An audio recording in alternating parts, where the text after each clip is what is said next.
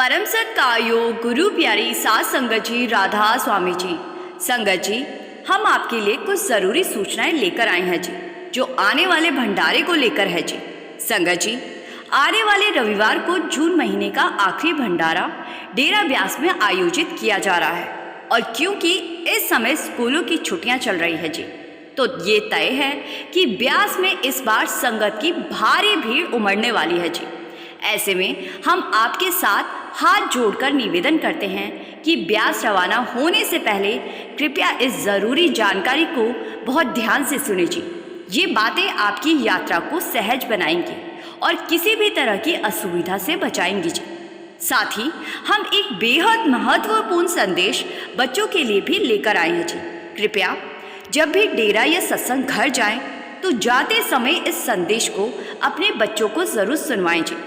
इसके अलावा ब्यास के एक विभाग से जुड़ी ऐसी जानकारी भी साझा की जाएगी जो सुनकर आप हैरान रह जाएंगे और सोच में पड़ जाएंगे कि ये आखिर हुआ कैसे। लेकिन उससे पहले संगत जी, आपसे अनुरोध है कि अगर आपने अभी तक इस चैनल को सब्सक्राइब नहीं किया है तो कृपया कर लीजिए और कमेंट बॉक्स में राधा स्वामी जरूर लिखिए, ताकि हमें पता चल सके कि आप भी बाबा जी की प्यारी संगत का हिस्सा है जी। संगत जी, हर साल जून महीने के आसपास एक विशेष भंडारा डेरा ब्यास में रखा जाता है जी। ये भंडारा विशेष किस लिए है, हम आपको बताएंगे। और सबसे पहले आप जान लें कि ये भंडारा हर साल महाराज जी की बरसी की समृद्धि में आयोजित होता है जी। लेकिन ये साल भर के बाकी भंडारों से बिल्कुल अलग होता है जी। आमतौर पर जब भी ब्यास में भंडारे होते हैं तो शुक्रवार और शनिवार की शाम 4 बजे सवाल जवाब का सेशन होता है जी। सुबह बाबा जी के कार दर्शन होते हैं और फिर रविवार को बाबा जी सत्संग फरमाते हैं जी, जिसमें पहले पाठी साहब बानी लेते हैं और फिर बाबा जी उसी बानी पर सत्संग फरमाते हैं जी। मगर इस खास भंडारे में जो इस हफ्ते होने जा रहा है, कुछ बातें बाकी भंडारों से बिल्कुल अलग है जी। इस बार शुक्रवार को केवल सुबह का सत्संग होगा जी, जिसे पाठी साहब फरमाएंगे जी। शुक्रवार शाम को ना तो कोई सवाल जवाब होंगे, ना ही सुबह कोई कार दर्शन होंगे जी। शनिवार को भी सुबह का सत्संग भी पाठी साहब देंगे जी, और सत्संग के बाद बाबा जी हजूर जी की ओपन कार दर्शन होंगे जी। लेकिन शनिवार शाम को भी कोई सवाल जवाब का कार्यक्रम नहीं होगा जी। अब सबसे खास बात यह है कि ये भंडारा दूसरे भंडारों से अलग कैसे है। रविवार को जो सत्संग होगा उसमें कोई पाठी साहब नहीं होंगे जी, और ना ही कोई बानी ली जाएगी। बाबा जी सीधे सत्संग फरमाएंगे, और यही बात इस भंडारे को साल के बाकी भंडारों से अलग बनाती है जी। हर साल ये भंडारा जून के अंत या जुलाई की शुरुआत में पड़ता है जी। इसीलिए संगत कृपया सही दिन देखकर अपनी यात्रा की योजना बनाए जी। ये ना सोचे कि शुक्रवार को ही सवाल जवाब होंगे या कार दर्शन होंगे, ऐसा कुछ नहीं है जी। इस बार आराम से सोच समझ कर ही रवाना हो जी। अब 1 मिनट बात करते हैं उन संगत की जो रेल से ब्यास जाने की तैयारी कर रहे हैं जी। इस जानकारी के बाद हम आपको बच्चों के लिए क्या संदेश है वो भी बताएंगे जी। संगत जी, हर बार की तरह रेलवे ने इस बार भी संगत की सहूलियत के लिए 2 विशेष ट्रेनों का संचालन करने का निर्णय लिया है जी।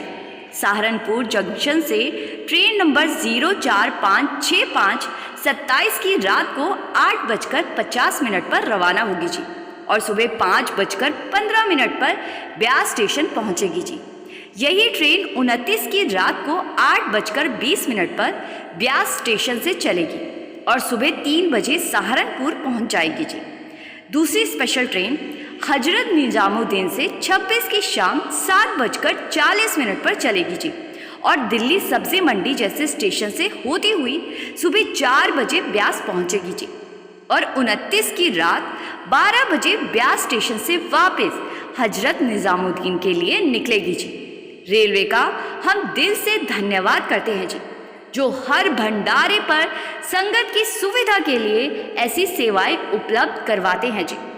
अब एक छोटी सी मगर बहुत ही ज़रूरी बात, और इस बार छुट्टियों के कारण भीड़ पिछले भंडारों से कहीं ज़्यादा होगी जी। ऐसे में हम सभी संगत से अनुरोध करते हैं जी कि अपने कीमती सामान, नकदी और ज़रूरी दस्तावेज़ों को डेरा परिसर के सुरक्षित काउंटरों पर जमा कर दें जी। वापसी में आप अपना सामान वहीं से वापस ले सकते हैं जी। भीड़ में कौन किस इरादे से आता है ये कोई नहीं जानता जी, और अगर कुछ गुम या चोरी हो गया तो बाद में बदनामी डेरे की होती है जी। डेरा हमारी अपनी जिम्मेदारी है, इसे संभाल कर रखना हम सभी का फर्ज है जी। अब बच्चों के लिए संदेश। संगत जी, जब भी डेरे जाएं, चाहे इस बार जा रहे हैं या आगे कभी जाएं, तो कम से कम एक बार अपने बच्चों को लेकर लंगर घर जरूर जाएं जी।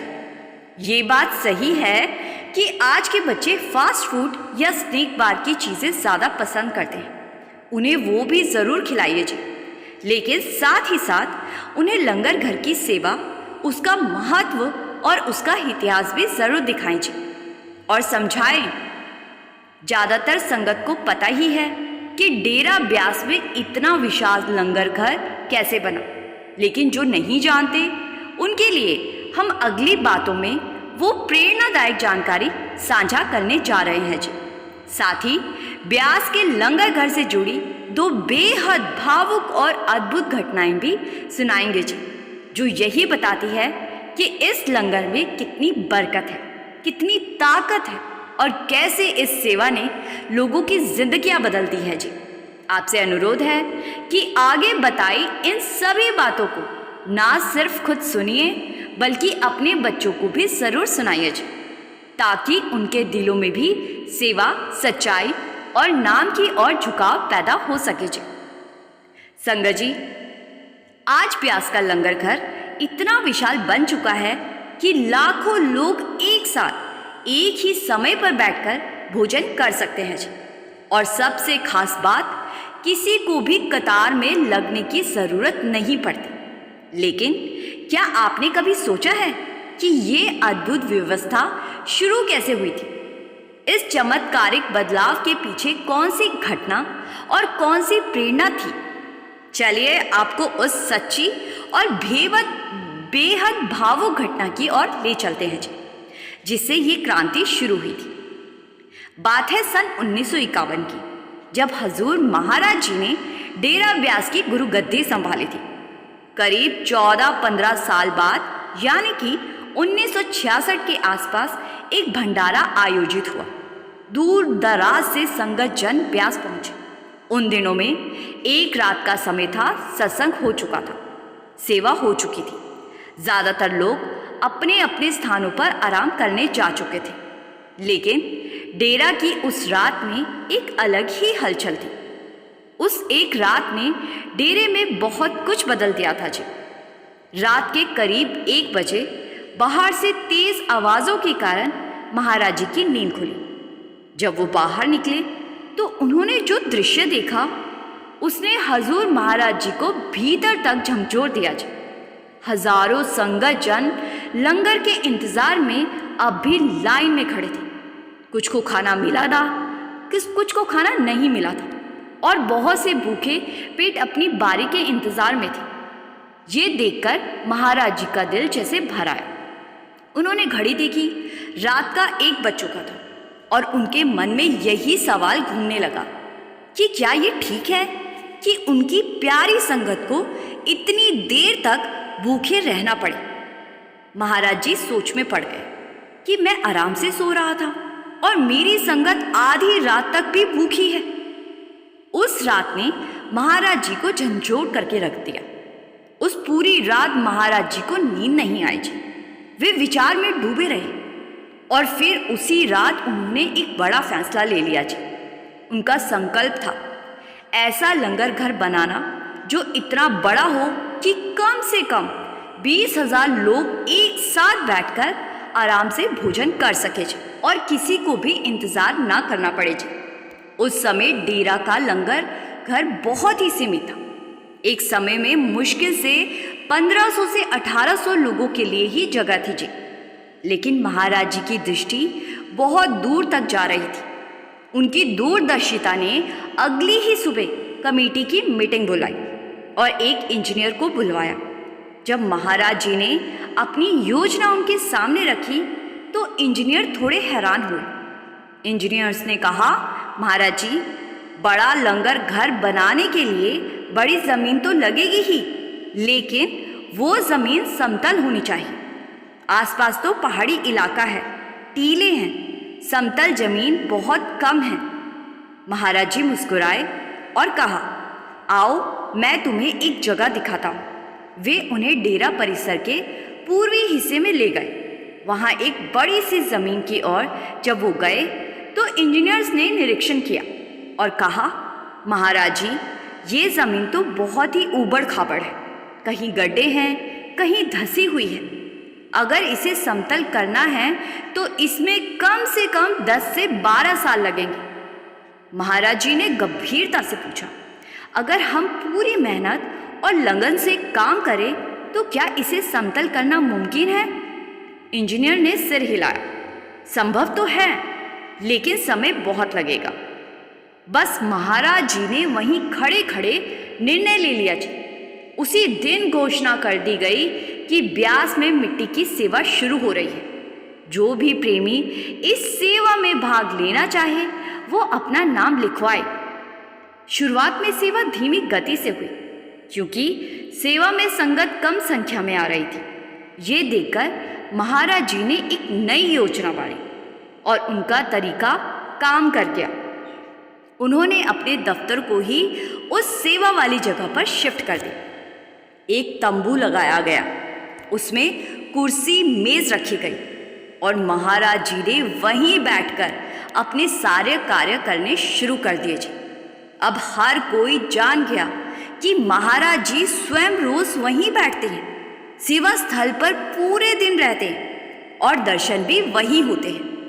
बस तो फिर क्या था जी, ये बात आग की तरह फैल गई। देश भर से संगत जत्थों में सेवा के लिए उमड़ने लगी जी। कोई मिट्टी भरता, कोई गड्ढे समतल करता और कोई खामोशी से सिर पर मिट्टी उठाकर आगे ले जाता। इस सेवा में सिर्फ मिट्टी नहीं उठ रही थी, बल्कि श्रद्धा और समर्पण की नींव रखी जा रही थी जी। जिस कार्य को इंजीनियर ने 10 से 12 साल का बताया था, वही सेवा महाराज जी की निगरानी में और सद्गुरु की कृपा से महज 2 वर्षों में पूरी हो गई जी। और फिर तैयार हुआ एक भव्य लंगर घर जी, जहाँ एक साथ 20,000 लोग बैठकर भोजन कर सकते थे। समय बीतता गया, संगत बढ़ती गई और जब 1990 में बाबा जी ने गुरु गद्दी संभाली तो उन्होंने उस विशाल लंगर घर को और भी अधिक विस्तार दे दिया। आज की तारीख में ब्यास का लंगर घर इतना बड़ा है कि लाखों लोग एक साथ बैठकर भोजन कर सकते हैं जी।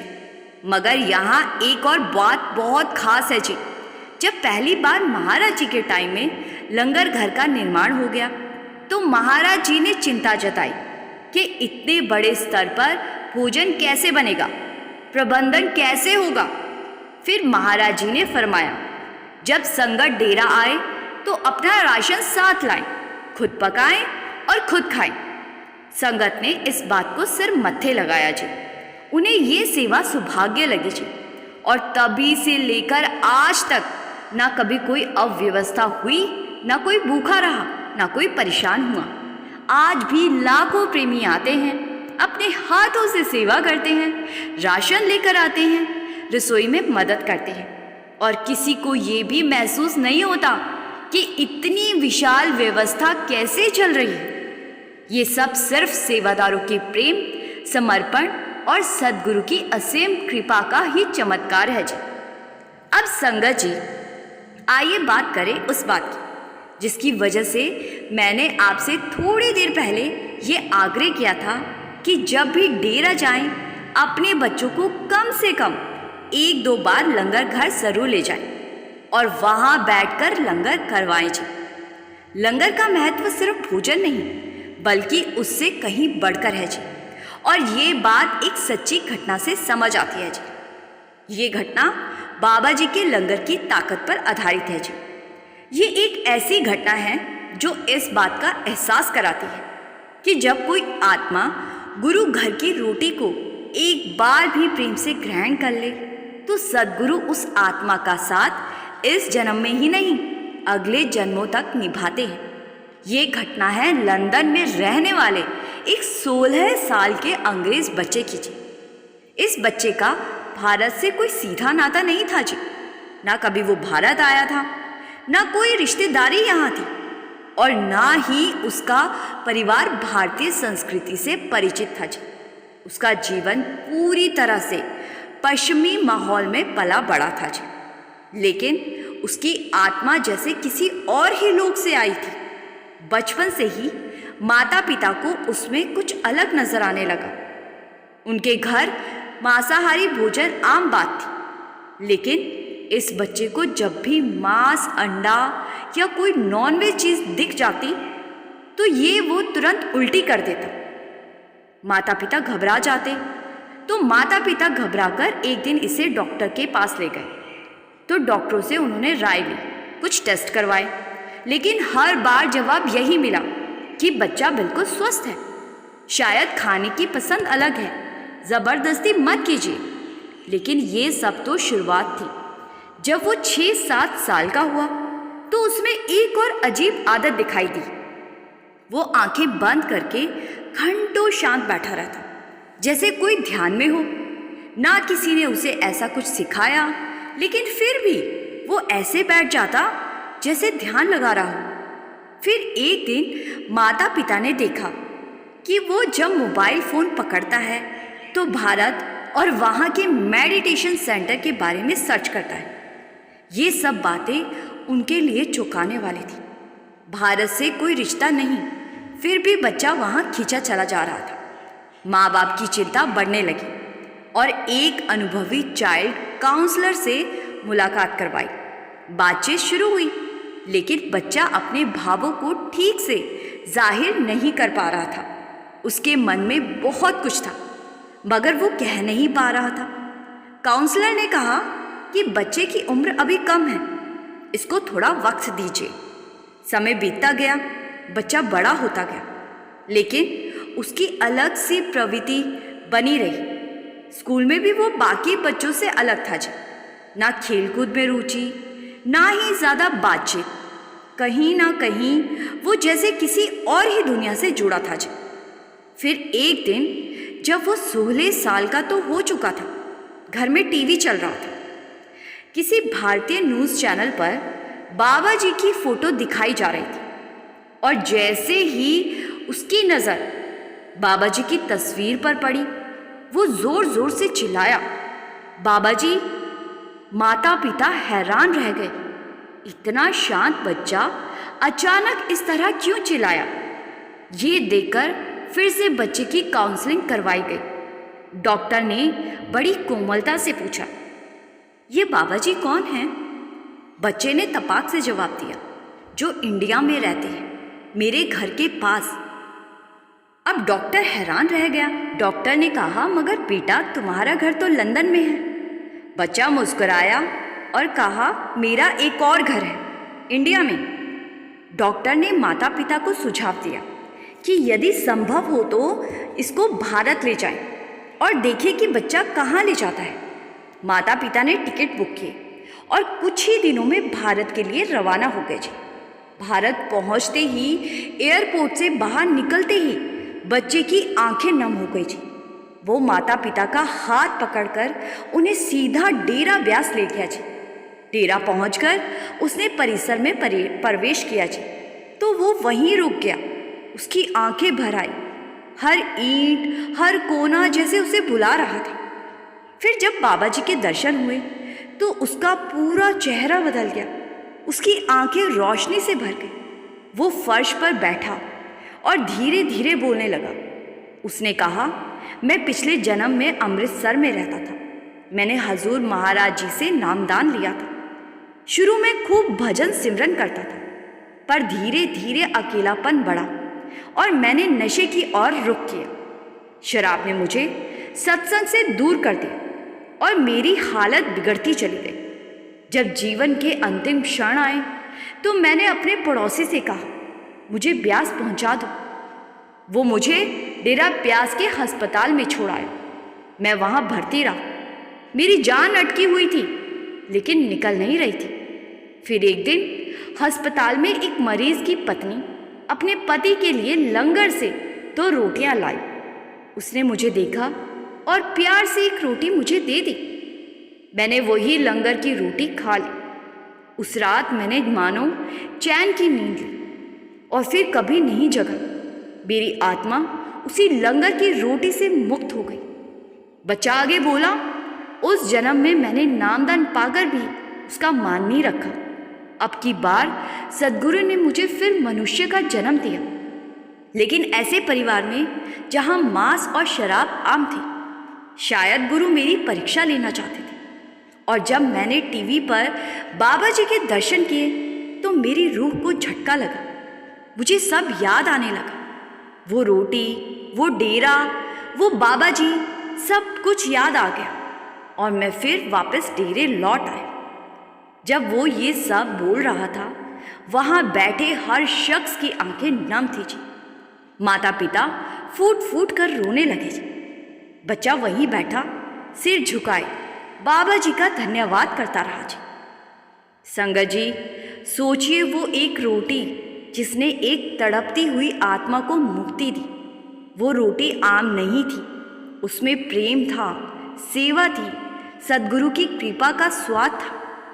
संगत जी, अब सुनिए कि कैसे लंगर की रोटी ने एक राजस्थान के बच्चे के भारी कर्मों को काट दिया जी। ये घटना है राजस्थान के चुरू जिले में रहने वाले एक सत्संगी परिवार की जी, जो पीढ़ियों से डेरा ब्यास से जुड़ा हुआ है। इस परिवार में 2 बच्चे हैं और इनके घर का वातावरण हमेशा भक्ति और सरलता से भरा रहता है। लेकिन जैसा कि हर आत्मा अपने खास कर्मों की गठरी लेकर इस संसार में आती है, कुछ वैसा ही इस परिवार के बड़े बेटे के साथ भी था जी। अब उस बच्चे की उम्र करीब 12 साल है, लेकिन सोचिए उसने आज तक अपने जीवन में एक भी बार गेहूं से बनी रोटी नहीं खाई जी। हाँ, जन्म से ही उसे व्हीट एलर्जी है। ये कोई बीमारी नहीं है, बल्कि शरीर की एक अनोखी प्रतिक्रिया है जिसमें शरीर गेहूं और उससे जुड़े कुछ खास अनाजों को पचाने से साफ इनकार कर देता है जी। उसकी माँ पिछले 12 साल से उसके लिए हर दिन अलग से खाना बनाती है। उनका एक एक दिन बड़ी सत्कर्ता से गुजरता है जी, क्योंकि अगर ज़रा सी भी चूक हो जाए और गलती से रोटी या किसी गेहूं से बनी चीज़ का एक कण भी चला जाए तो उस बच्चे के शरीर में असहनीय दर्द शुरू हो जाता है। शुरुआत में तो परिवार को कुछ समझ ही नहीं आया जी कि आखिर उसके साथ हो क्या रहा है, लेकिन धीरे धीरे उन्हें ये एहसास होने लगा कि चावल खाने से तो कोई दिक्कत नहीं होती, लेकिन रोटी खाते ही बच्चा बहुत परेशान हो जाता है। जब वो करीब 1 साल का था तब वे डॉक्टर के पास पहुंचे। सभी लक्षणों को ध्यान से देखने के बाद डॉक्टर ने बताया कि ये मामला व्हीट एलर्जी का है। डॉक्टर ने साफ कहा, ये कोई जानलेवा बीमारी नहीं है, लेकिन इसका कोई सुनिश्चित इलाज भी नहीं है। कुछ इलाज है ज़रूर, पर लंबे हैं और उनमें भी कोई पक्की गारंटी नहीं है जी।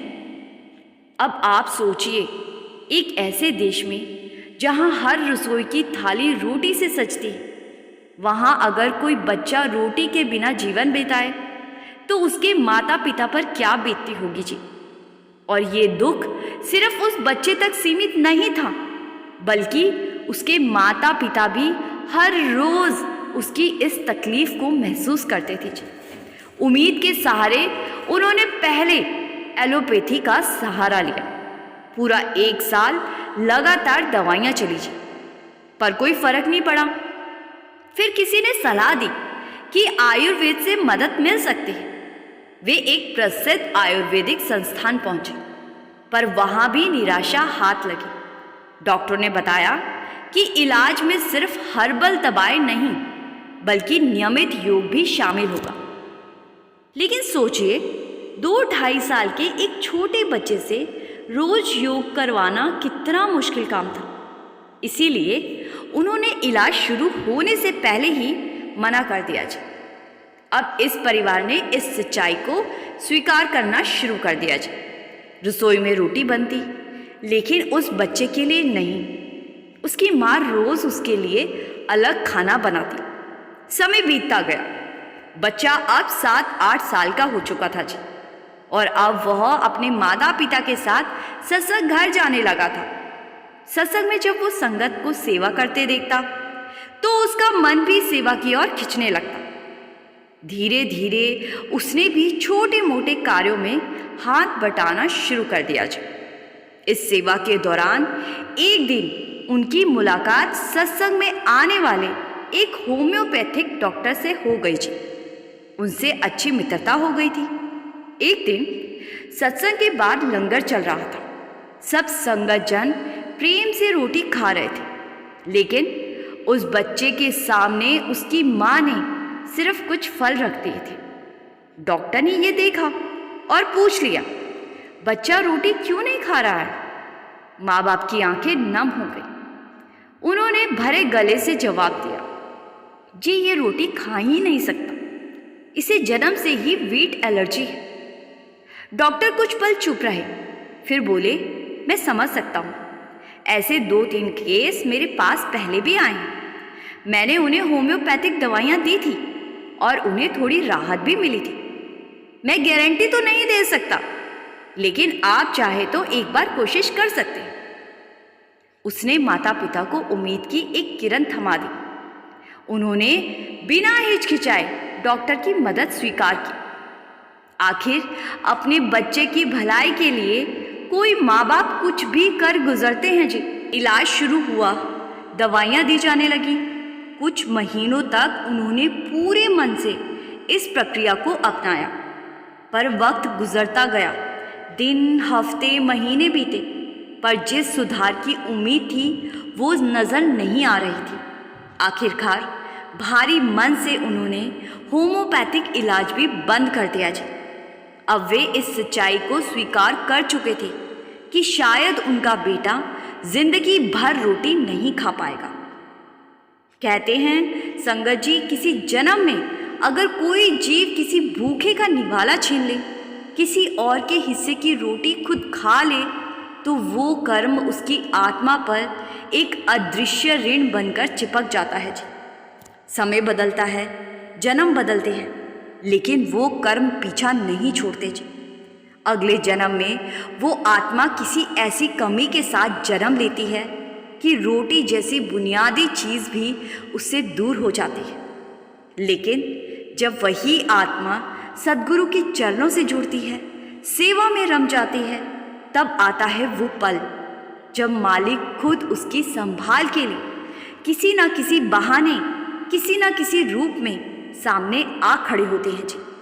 और हम तो अक्सर अपनी आंखों से देखने के बावजूद भी उन्हें पहचान ही नहीं पाते जी।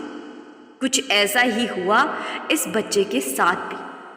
उस साल ब्यास का भंडारा था जी, और ये सत्संगी परिवार भंडारे से 4 दिन पहले ही डेरा पहुंच गए थे जी, ताकि सेवा कर सके।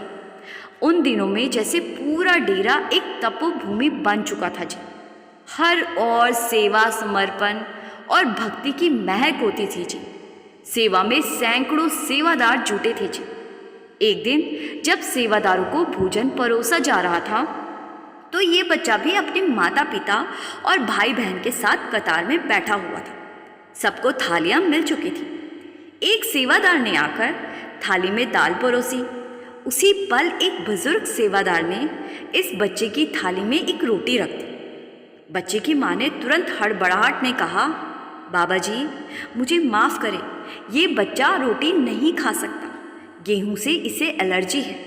अगर कोई चावल या खिचड़ी बांट रहा है तो कृपया वो दे दीजिए। बुजुर्ग सेवादार हल्के से मुस्कुराए और कहा, बीबी जी ये प्रसादा गुरु घर का है, इसमें जो ताकत है ना वो किसी दवा में नहीं। अगर मालिक ने आज इस बच्चे की थाली में रोटी भेजी है तो ये भी उसी की मौज है। मेरी गुजारिश है आज इसे यही रोटी खिला दो, मालिक सब ठीक करेगा, भरोसा रखो, इसे कुछ नहीं होगा। इतना कहकर वो बुजुर्ग आगे बढ़ गए जी। बच्चे की माँ वहीं बैठी रह गई। उनके मन में सवालों का तूफान उठ रहा था। क्या सच में आज ये रोटी इसके लिए सही हो सकती है? क्या इतने वर्षों की रोक टोक को आज एक पल में तोड़ना ठीक होगा? लेकिन बुजुर्ग की आंखों की चमक, उनके लहजे की दृढ़ता और वो शांत मुस्कान, सब कुछ किसी अनजानी ताकत की तरह उसके दिल में उतर गई जी। और काफ़ी सोचने के बाद उसने अपने बेटे को वो रोटी खाने की इजाज़त दे दी जी। और फिर जो हुआ वो किसी चमत्कार से कम नहीं था जी। जिस बच्चे को अब तक गेहूं छूते ही तेज पेट दर्द उठता था, जो रोटी का एक निवाला निगलते ही उल्टियां करने लगता था, वही बच्चा प्रेम से गुरु घर की रोटी खाने बैठ गया। और सिर्फ खाया ही नहीं, एक पूरी रोटी खा लेने के बाद खुद दूसरी रोटी मांग ली। उस पल माँ और पिता की आंखें बस फटी की फटी रह गई। जैसे विश्वास ही नहीं हो रहा था कि जो बच्चा जिंदगी भर रोटी से भागता रहा, वो आज खुद रोटी मांग कर खा रहा है। माँ का दिल भर आया। वो उठकर भागती हुई उन्हीं बुजुर्ग सेवादार को ढूंढने लगी। उसने लंगर की थाली वहीं छोड़ दी। उसने मन में बस यही था कि एक बार, सिर्फ एक बार उन्हें फिर देख ले, उनका आभार जताएं, या शायद उनसे एक और रोटी लेकर बेटे को प्रेम से अपने हाथों से खिलाएं। लेकिन संगत जी, अब तो बहुत देर तक ढूंढने के बावजूद भी वो बुजुर्ग कहीं नहीं मिले जी। आसपास के सेवादारों से पूछा, उनका हुलिया बताया, लेकिन किसी ने भी ऐसे किसी सेवादार को देखने की पुष्टि नहीं की जी। किसी ने कहा, बीबी जी, यहाँ इस समय सिर्फ 10-11 सेवादार तैनात हैं और उनमें से कोई भी उन बुजुर्ग अंकल जैसा नहीं है जैसा आप बता रही हो। माँ कुछ देर चुप बैठी रही, फिर धीरे से बच्चे की थाली में एक और रोटी रख दी जी और अपने हाथों से उसे प्रेम से खिलाने लगी जी। लेकिन अब उनके मन में कुछ और ही चल रहा था जी। अब उन्हें समझ आ गया था कि वो बुजुर्ग सेवादार कोई और नहीं, कोई आम इंसान नहीं थे, बल्कि खुद बाबा जी थे। और संगत जी, आपको भी शायद अब ये समझ आ गया होगा कि मालिक खुद कैसे आते हैं, किस रूप में प्रकट होते हैं और कब चुपचाप हमारे से बड़े बड़े कर्मों को काटकर चले जाते हैं। उस माँ का हृदय पूरी तरह मालिक के चरणों में झुक चुका था जी। वो मन ही मन बार बार बाबा जी का शुक्रिया अदा कर रही थी जी, क्योंकि जिसे दुनिया भर के डॉक्टर, वैद्य, हकीम सालों तक ठीक ना कर पाए, वो काम मालिक ने पल भर में कर दिखाया जी। बाबा जी खुद बचपन में लंगर की रोटियां जेब में छुपाकर ले जाते थे और कीड़े मकोड़ों को खिला देते थे। जब हजूर महाराज जी को ये बात पता चलती थी तो वो उनको मुस्कुराकर कहा करते थे कि ये अपनी संगत तैयार कर रहा है। तो प्यारे संगत जी, कभी भी गुरु घर की रोटी को हल्के में मत लीजिए। ये किसी आम रसोई में नहीं बनी होती। ये रोटी उस रसोई से आती है जहाँ हर निवाले में सदगुरु की रहमत घुली होती है जी। अपने बच्चे को लंगर ज़रूर करवाएं जी। उन्हें ये वीडियो ज़रूर सुनवाएं जी, ताकि उनका मन इस तरफ झुके जी। और अगर ये बात आपके दिल को छू गई हो तो कमेंट में राधा स्वामी ज़रूर लिखें जी। और अगर आपने अब तक इस चैनल को सब्सक्राइब नहीं किया है जी, तो फिर कर लीजिए। गुरु प्यारी सात संगत जी, राधा स्वामी जी।